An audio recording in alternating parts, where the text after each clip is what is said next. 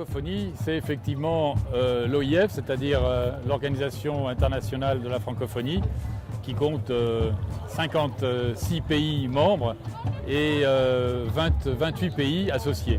C'est donc plus de 80 pays qui, sur le papier, ont adhéré aux valeurs de la francophonie, c'est-à-dire à un certain esprit de partage de la culture, pas seulement de la culture française, mais de la culture telle qu'elle a été vécue dans les pays qui parlent le français. Donc cette culture, c'est avant tout l'expression de la diversité, de l'enrichissement, du dialogue, qui permet à l'ensemble des pays de cette zone de se retrouver entre eux et de partager un moment ensemble. Eh bien, je pense que la francophonie représente un réseau international de pays qui partagent une langue, une culture, une approche différente. Parce qu'aujourd'hui, dans le monde, on peut dire que la langue anglaise est quand même très dominante. Et je trouve ça très enrichissant d'apporter de la variété, de la diversité à travers la langue française et la francophonie. La francophonie, c'est comme notre première activité chez nous au Comores. On est né sur le français. On ne parle que du français et le shikomori.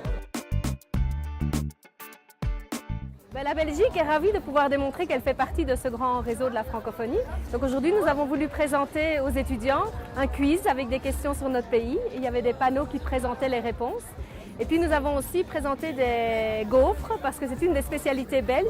Et donc à travers les spécialités culinaires, c'est une autre façon aussi de faire connaître un peu de notre pays. On est là aujourd'hui parce qu'on est obligé. C'est notre jour. Ce n'est pas le jour des autres, mais c'est notre jour tant que pays francophone.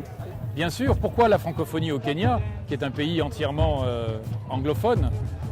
La question se pose. Et elle se pose d'autant plus qu'elle permet de fournir à tous ces élèves et ces étudiants kenyans une alternative à un bilinguisme entre le swahili et l'anglais.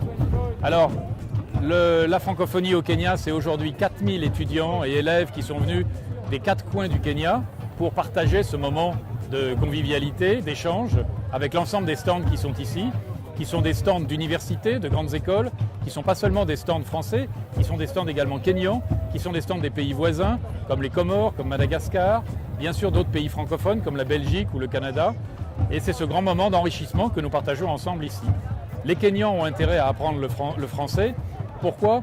Parce que ça leur ouvre d'abord une diversité culturelle.